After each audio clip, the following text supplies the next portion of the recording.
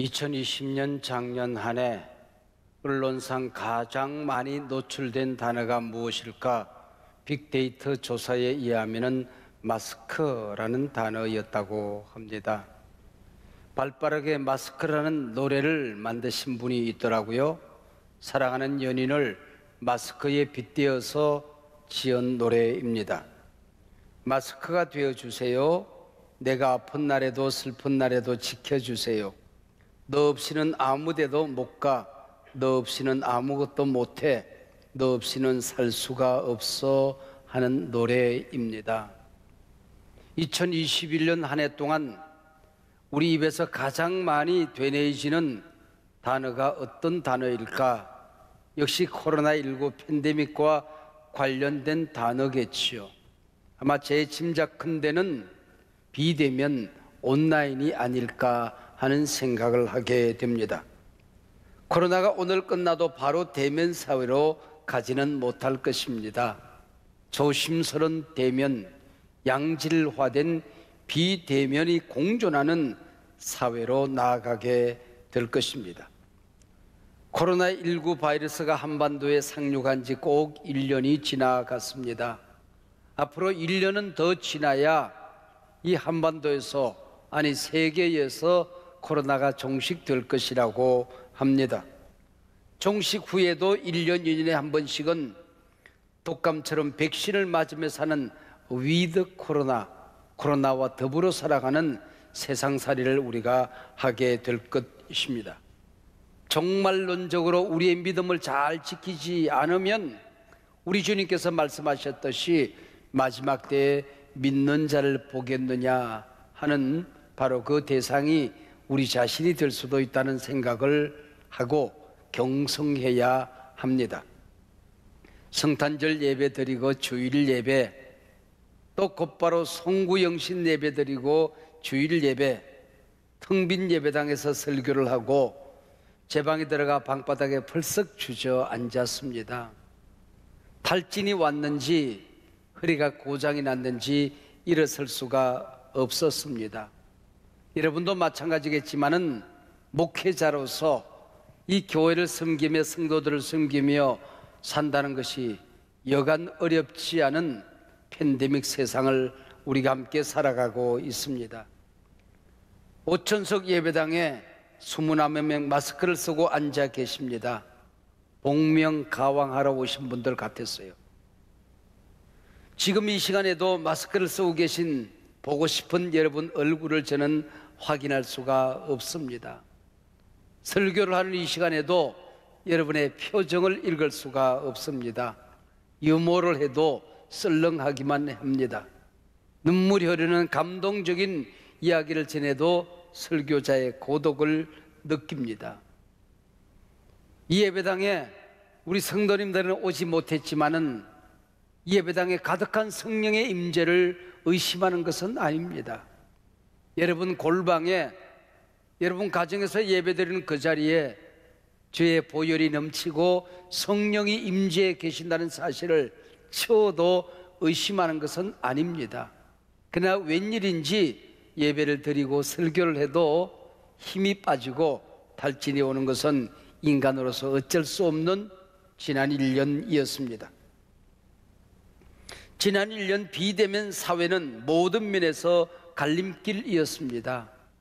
교인들과 소통해 보면 비대면 이전보다도 더 많이 예배하고 더 말씀을 가까이 하고 더 간절하게 기도하는 믿음의 정상을 달린 사람들이 있는가 하면은 정성스러운 예배 잃어버린 사람들, 기도와 말씀을 멀리한 사람들이 의외로 많다는 사실, 바로 알곡과 쭉정이가 갈라지는 세상 한복판을 우리가 살아가고 있다는 것을 느끼게 됩니다.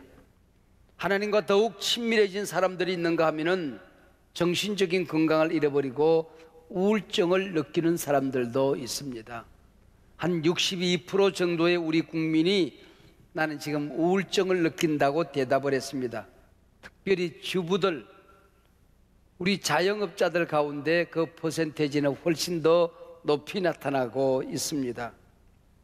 경제적인 면에서도 세상은 지금 갈라지고 있습니다.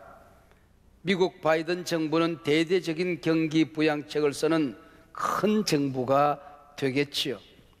우리나라도 커진 예산이 전반기에 주로 집행되어져서 경제를 회복하고 일자리를 창출하려고 시도할 것입니다. 경제 지표는 분명 좋아졌는데 우리 국민의 86%는 불평등만 심화되어졌다고 느낍니다. 저소득층 시민들은 양극화, 경제적 갈라짐의 시대를 뼈가 아프게 느끼고 있습니다. 세계는 지금 모든 면에서 양극화 사회를 지나서 초양극화, 좀 사회학적인 전문적인 용어를 쓰면 극점 사회로 진입하고 있습니다. 꼭대기 상위 그룹과 바닥 하위 그룹으로 나뉘어지고 있습니다. 저는 여러분에게 도전합니다. 2021년 여러분의 자리는 어디입니까? 여러분의 영적인 현주소는 어디입니까? 여러분의 정신적인 건강 상태는 어디입니까? 건강은 잘 지키고 계십니까? 아니면 게으름과 나태에 빠져서 하루하루 건강을 잃어버리고 있습니까? 사회생활, 경제생활은 갈 길을 찾았습니까? 활력을 되찾으셨냐고요? 여러분의 신앙생활, 교회생활, 섬김생활, 여러분 믿음을 잘 지키고 계십니까?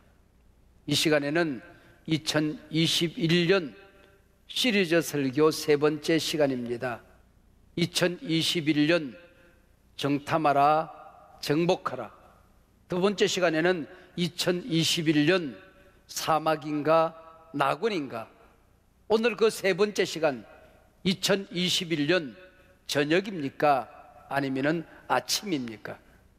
여러분들은 인생의 한밤중 어두운 세상을 헤매면서 이 안에를 사시겠습니까? 아니면 아침의 노래, 희망의 노래, 여러분들이 밝은 대낮처럼 이 세상을 헤치며 살아가시겠습니까? 하는 도전이죠. 오늘 본문 시편 30편은 다윗의 시라고 기록이 되어져 있습니다. 성경에 수많은 인물들이 나옵니다.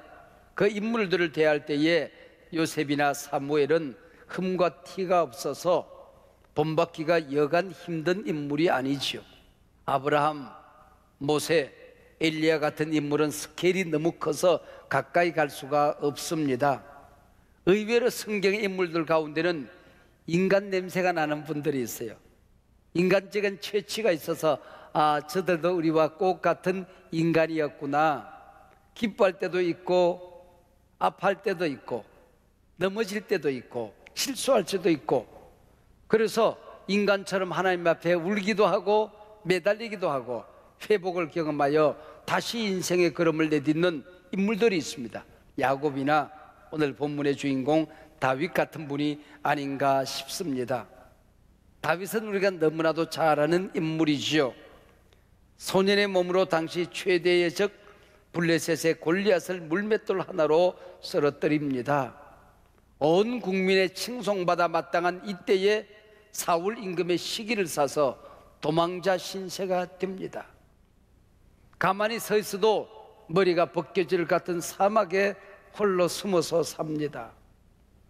한밤중 되면은 한기가 드는 동굴 속에 숨어 사는가 하면은 원수의 나라로 도망을 쳐서 침을 질질 흘리며 미친 척을 하여 목숨을 부지합니다.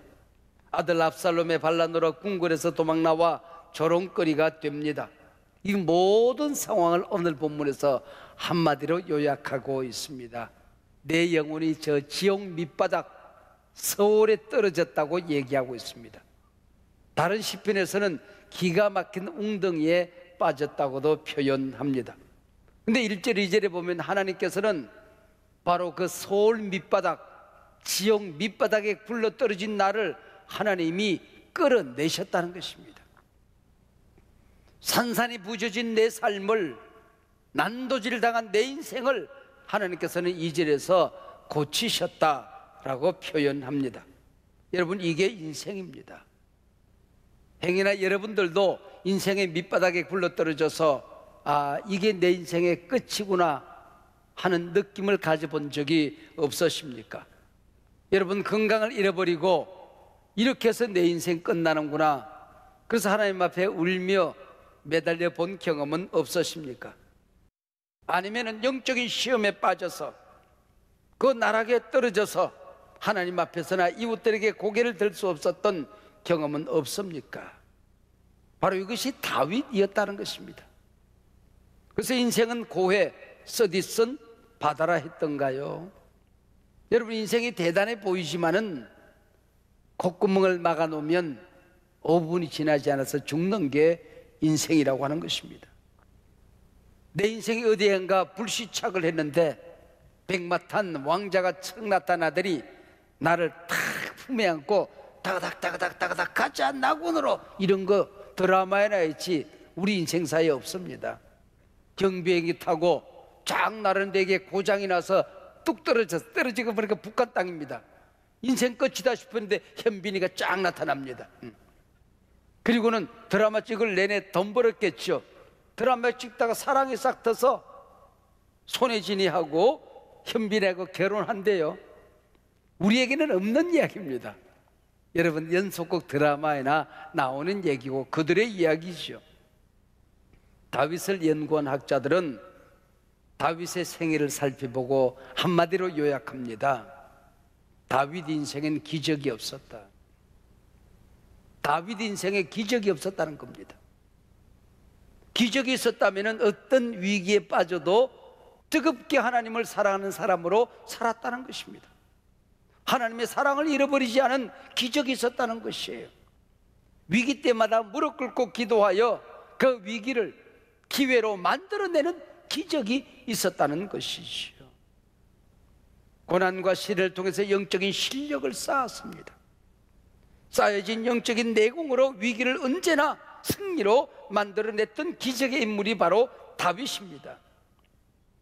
모든 사람들이 위기라고 말하는 이 재난의, 이 팬데믹의 시대는 나의 영적인 실력을 보여줘야 할 때입니다. 나를 믿는, 내게 기대를 가지고 계시는 살아계신 우리 하나님 앞에 인정받고 믿음의 그릇이 커지고 은혜의 그릇이 커지고 영향력이 커지는 기회로 만들어가는 것입니다. 오르막이 있으면 내리막이 있지요. 밤이 있으면 낮이 있는 게 인생이지요. 그래서 오늘 본문 인생을 노래한 시편 30편은 대저우로 가득 차 있습니다. 5절과 11절은 대저우뿐입니다.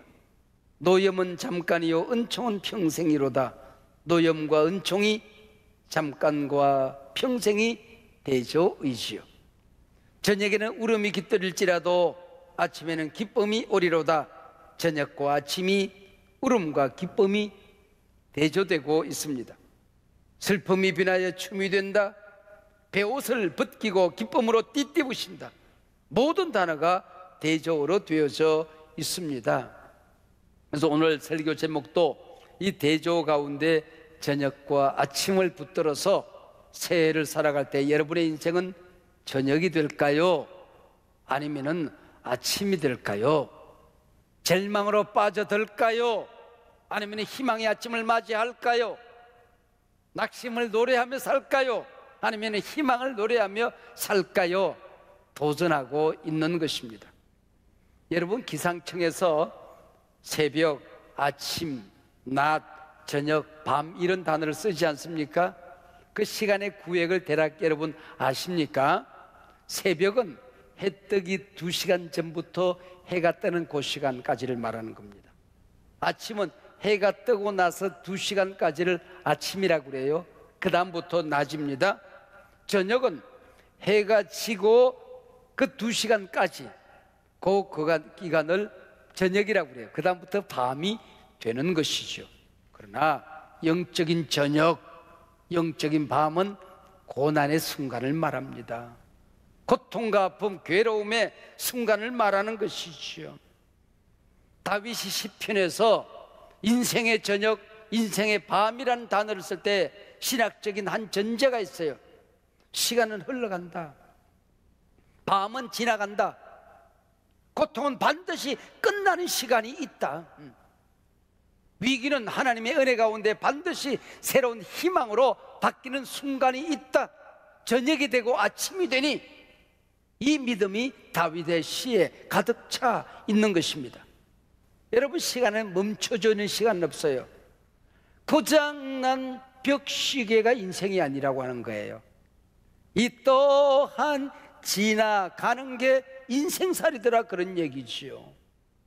여러분, 인생 지나가지 않는 게 뭐가 있었습니까?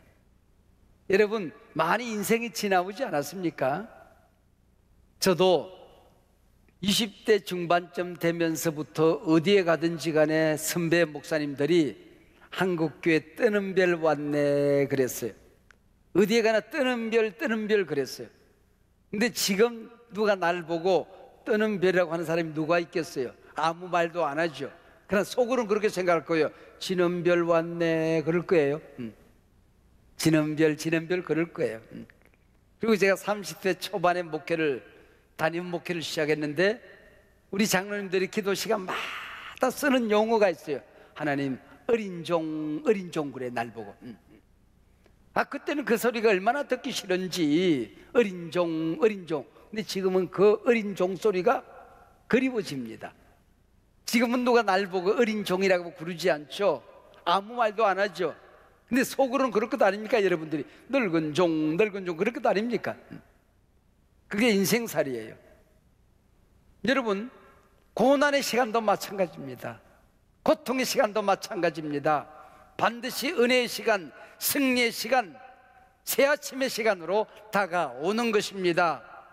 우리가 믿음 잃지 않으면, 하나님이 우리를 사랑하면, 우리가 하나님의 자녀라면, 고통의 순간마다 부르짖어 기도하면 반드시 어둠은 지나가고 아침은 밝아오게끔 되어 있습니다. 오늘 우리가 읽은 시편 30편 표제가 참 재미있습니다. 다윗의 시 곧 성전 낙성가, 그렇게 되어 있어요. 이 성전 낙성가라는 이 말에 대단히 신학적인 깊은 의미가 있습니다. 신앙적인 깊은 해석이 필요한 단어입니다. 성전 낙성가, 성전을 짓고 낙성가를 불렀다는 거 아닙니까? 근데 다윗은 성전을 지을 열망이 있었지만은 성전을 지은 적이 없어요. 근데 무슨 낙성가입니까? 전염병이 끝나고 난 다음에 타작마당을 성전터로 장만합니다. 그리고는 그 자리에 이미 성전이 완공된 것처럼 성전을 지어 하나님께 바치는 노래를 부르는 겁니다. 건축 자재를 다 준비하고 아들에게 그 자재를 넘기고 성전 건축할 사명을 넘겨주면서 이미 성전이 완공된 것처럼 성전 건축 완공가를 부르는 거예요. 아들에게 쫓겨나서 따뜻한 나라의 목을 그리워한 것이 아니고 하나님의 집에 엎드려 예배함을 그리워하고 있습니다. 그게 시편 84편 아닙니까? 그리고 돌아와서 하나님 앞에 예배 드리고, 내가 드리는 이 예배가 하나님의 집을 완성하고 짓는 성전 건축 완성가로 노래를 하고 있는 것입니다. 오늘 우리가 정말 얼마 안 되는 소수의 사람들이 여기 와서 예배를 드리고 있습니다. 이 예배를 드리면서 찬송 한 곡을 불러도 이 예배당이 미어 터질 만큼 우리 성도님들 한 분도 빠짐없이 구름대처럼 몰려와서 이 예배당이 날아갈 것처럼 하나님께 예배하는 그날을 그리워하며 이전의 성도들이 가득 차 있는 것처럼 우리가 찬송 부르는 게 성전 낙성가가 되는 것입니다. 아직도 코로나는 끝나지 않고 재난의 한복판을 살아가지만은 언젠가는 끝난다. 새로운 세계를 주신다. 하나님이 주시는 뉴 노멀은 희망의 그날이 될 것이다. 재난의 한복판을 살아가면서 모든 것이 회복된 것처럼, 이미 승리한 사람처럼 희망의 노래를 부르는 게 이 성전 낙성가야. 병실 침대에 누워서 의사는 고개를 흔들지만은 난치병은 있지만 불치병은 없다. 우리 하나님 안에서, 주 안에서 이미 고침받은 것처럼 주께서 채찍에 맞음으로 나는 나음을 얻었다. 손을 얹은 즉 나으리라. 나는 이미 건강해졌다. 믿음을 가지고 건강의 노래를 부르는 게 성전 건축가, 성전 낙성가가 되는 거예요. 사업이 다 무너졌습니다. 갈 길이 없습니다. 그러나 기도하면 하나님께서 한 번도 생각해 보지 못한 길을 만들어내시고, 한 번도 생각해 보지 못한 아이디어가 번쩍번쩍 떠오르고, 꿈도 꾸지 못했던 길이 열려지는 그 길을 믿음을 가지고 바라보며 성전 낙성가를 부르는 거예요. 여러분, 다윗의 시 곧 성전 낙성가, 바로 그 얘기 아닙니까? 이 성전 낙성가는 믿음이 없는 사람들은 부를 수 있는 노래가 아니에요. 걸핏하면 하나님 살아계시니 죽었느니 교회를 떠나고 예배를 잃어버리고 살아가는 불신앙의 사람들이 부를 수 있는 게 아니에요. 이미 회개하고 하나님의 자녀가 되었음에도 불구하고 눈꽃만한 고난이 오면 하나님의 저주인 양 율법의 늪에 빠져서 허우적거린 사람이 부를 수 있는 노래가 아니에요. 하나님의 사람들, 복음의 사람들, 믿음의 사람들, 은혜를 아는 사람들, 전능하신 하나님의 능력을 아는 사람들, 영세의 하나님을 아는 사람들, 나를 사랑하는 하나님이 변함이 없음을 믿는 믿음의 사람들이 부를 수 있는 노래입니다. 영혼을 위한 닭고기 수프, 마음을 열어주는 101가지 이야기 등등 많은 베스트셀러를 남긴 잭 캔필드라는 사람이 쓴 책 가운데 가장 절망적일 때 가장 큰 희망이 온다라는 책이 있어요. 책 제목이 참 재미있죠. 가장 절망적일 때 가장 큰 희망이 온다라는 책에 보면은 전이성 암 환자를 치료하는 의사들의 얘기가 나옵니다. 이 전이성 암 환자들에게 조제해주는 약이 4가지가 있대요. 그 이니셜을 따면은 EPOH입니다. 그래서 F4라고 그들은 부른답니다.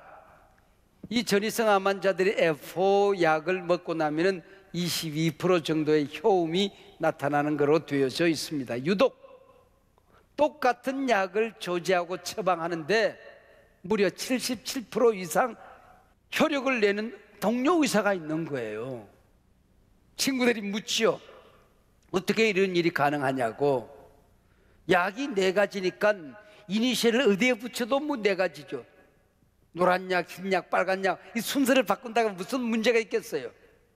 그래서 F4라고 부르는 이 약 이름을 이 의사는 HOPE라고 부르는 거예요. 호흡, 희망의 약이라고 부르는 겁니다. 그래서 환우들이 그렇게 얘기해요. 이 약은 H라는 약이에요. 이 약은 O라는 약입니다. 이 빨간 약은 P라는 약이고 이 노란 약은 E라는 약입니다. 호흡, 희망이라는 약입니다. 당신이 회복될 희망의 약입니다. 당신의 병을 고치는 희망의 약입니다. 당신이 건강해서 가족의 품으로, 사회의 품으로 돌아갈 수 있는 희망의 약입니다. 그리고 약을 주는 거예요. 이 소리를 듣고 약을 먹은 사람은 무려 그냥 약을 먹은 사람보다도 3배, 4배의 효험이 있더라는 겁니다. 희망은 생명입니다. 희망은 치료의 능력입니다. 아무리 깊은 밤이라도 희망을 취하는 사람들은 아침을 노래할 수가 있는 겁니다.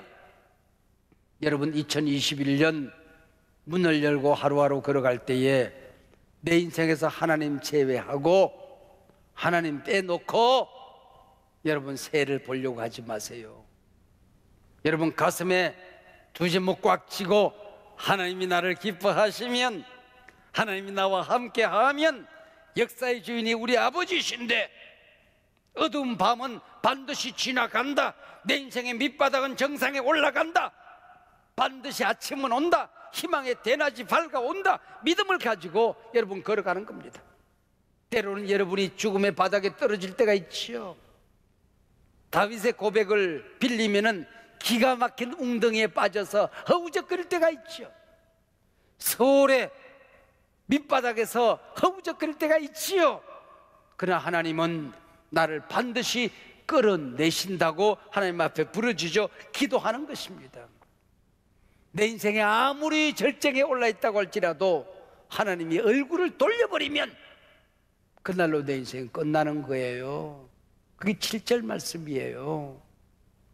그러나 내 인생에 아무리 바닥을 기어느낀다 할지라도 하나님이 나를 한 번만 바라보시면 세상 모든 힘 있는 사람들, 세상의 모든 걸 가진 사람들이 다 도와주려고 해도 안 되는 것, 하나님이 한 번만 얼굴을 돌리시면 이 시간에 회복되어집니다.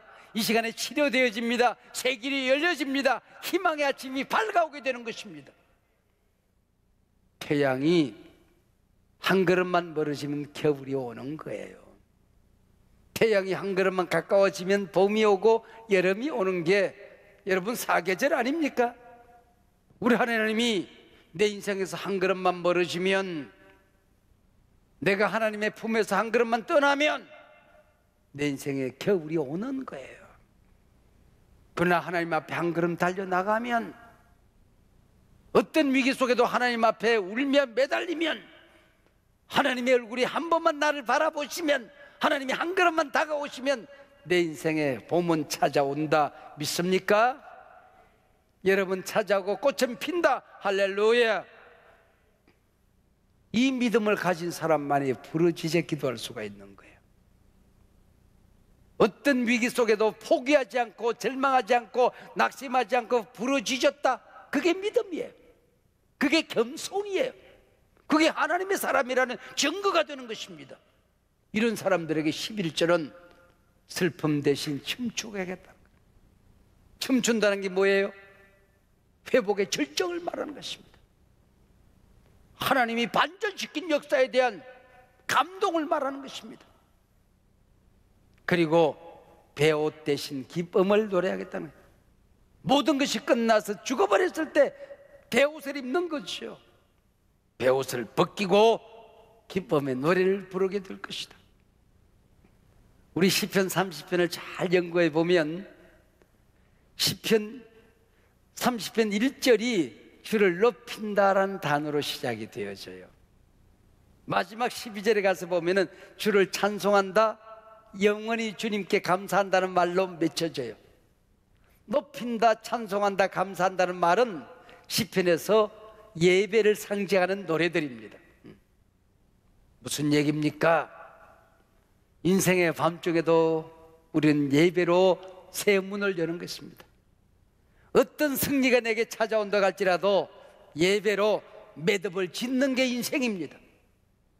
성공했는데, 나았는데, 새 길이 열렸는데 내가 잘나서 그런 줄 알고 예배 잃어버리면 매듭이 풀어지는 게 인생이라고 하는 거예요.